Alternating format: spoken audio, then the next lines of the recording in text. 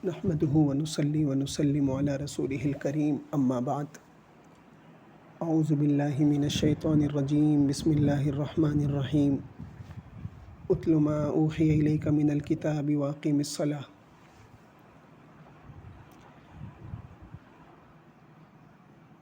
میرے محترم بزرگ و عزیزو، قرآن سے تعلق پیدا کریں۔ آج مہینوں ہو جاتے ہیں، کئی دن گزر جاتے ہیں، لیکن قرآن کی تلاوت نہیں ہو پاتی۔ آپ دیکھیں، رمضان کے ماحول کے علاوہ کی بات ہو رہی ہے، تو قرآن سے اتنا اعراض کیوں اور قرآن سے اتنی دوری کیوں؟ یہ دل کے سیاہ ہونے کی علامت ہے۔ اگر قرآن کی تلاوت ہی کی توفیق نہیں ہوگی تو قرآن کے علوم کو سمجھنا کبھی بھی نہیں ہو سکتا۔ یہ ممکن ہی نہیں کہ ایک عالم ہو اور علامہ ہو، مفتی ہو، قرآن کی تلاوت نہیں کر رہا ہے اور اللہ پاک اس کو قرآن کے مضامین سمجھا دے۔ ایسا کیسا ہو سکتا ہے؟ قرآن کی تلاوت تو یہ اس کی پہلی سیڑھی ہے۔ دل لگا کر، یقین کے ساتھ، ثواب کی نیت سے اور اس جذبے کے ساتھ کہ اللہ میری اس تلاوت کو سن رہے ہیں، یہ تلاوت کرنا ضروری ہے۔ اس طرح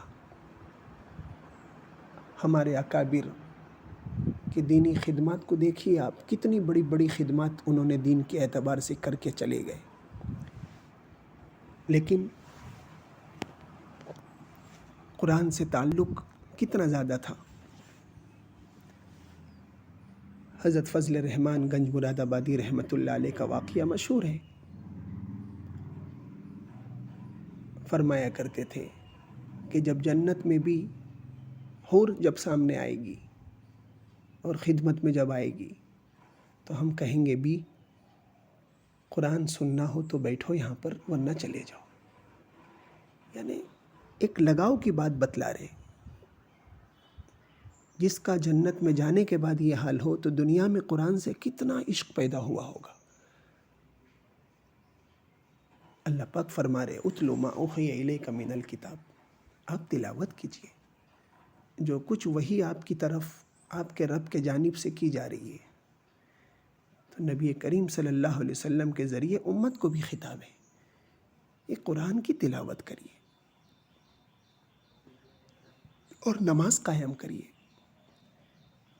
اللہ پاک کے جو محبوب بندے ہوتے ہیں، اللہ پاک اس کو قرآن اور نماز کا تعلق دے دیتا ہے، بلکہ یہ درجہ عشق تک بڑھا رہتا ہے۔ اس کو گویا نماز اور تلاوت سے عشق رہتا ہے۔ جس طرح میرے اور آپ کو، مجھے اور آپ کو آج موبائل سے عشق ہو گیا ہے۔ حضرت نے اسی کے ضمن میں موبائل کی نحوست اور موبائل کے استعمال کے اثرات اور اس سے جو گھریلو تعلقات خراب ہو رہے اس کے اوپر بہت دیر بیان فرمایا۔ آپ دیکھیں، ہمیں موبائل کی کون سی سائٹ سے کتنا عشق ہے۔ رات 2 بج جاتے ہیں، 1 بج جاتے ہیں، 3 بج جاتے ہیں، لیکن ہم موبائل میں منہمک رہتے ہیں۔ جس طرح ہمیں وہ واقعہ نہیں سمجھ میں آ رہا ہے حضرت فضل رحمان گنج مراد آبادی کا، کہ کتنا قرآن سے عشق ہوگا کہ حور کو رد کر دیے اور حور کو بھی کہا بیٹھنا ہو تو قرآن کو سننا ہوگا، ورنہ تم جاؤ، ہمیں قرآن سے زیادہ محبت ہے۔ تو جس طرح ہمیں یہ واقعہ نہیں سمجھ میں آتا ہے، ان کی رات، ان کے دن، ان کی تنہائیاں قرآن کی تلاوت میں گزرتی تھی، کتنا قرآن سے عشق ہوگا۔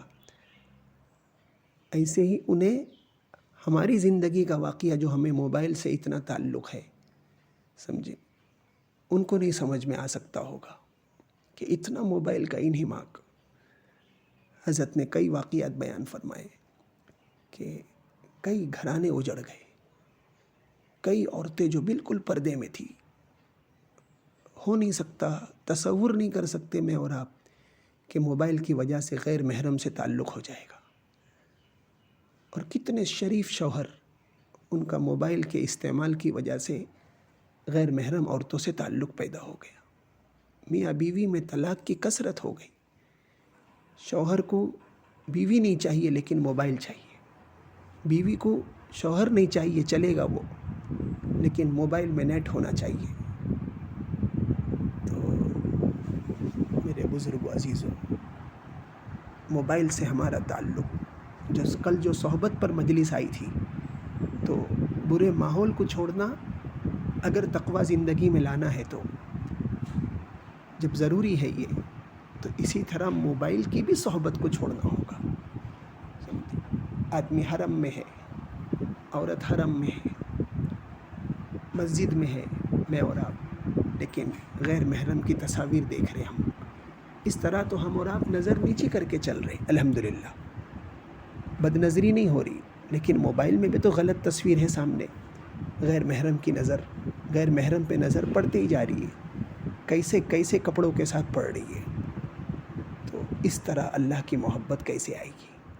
تو موبائل کی کسی کا بالکل معاشی ہے، کاروباری ہے، موبائل پر منہمک، کاروبار ہی ہے اس پر موقوف، تو وہ تو موبائل کا استعمال کرے. باقی اس کا استعمال بقدر ضرورت ہی بہتر ہے، ورنہ گھریلو زندگی ستیاناس ہو رہی، آپس کی زندگیاں تباہ ہو رہی اور دل سیاہ ہوتے جا رہے. یہ موبائل کی نہ ہو سکتا. حضرت عمر رضی اللہ تعالیٰ عنہ کی خدمت میں ایک مرتبہ رات کو حضرت ابو موسیٰ اشعری رضی اللہ تعالیٰ عنہ پہنچ گئے. حضرت ابو موسیٰ اشعری معمولی صحابی ہے، دربار رسالت سے کتنے فضائل بیان ہوئے حضرت ابو موسیٰ اشعری کے. پہنچنے کے بعد حضرت عمر عشاء بعد پہنچے. حضرت عمر رضی اللہ تعالیٰ عنہ نے فوراً کہا کہ ابو موسیٰ اس وقت کیسے آ گئے تم؟ اس وقت تو یا تو نماز یا تو قرآن کا وقت ہے.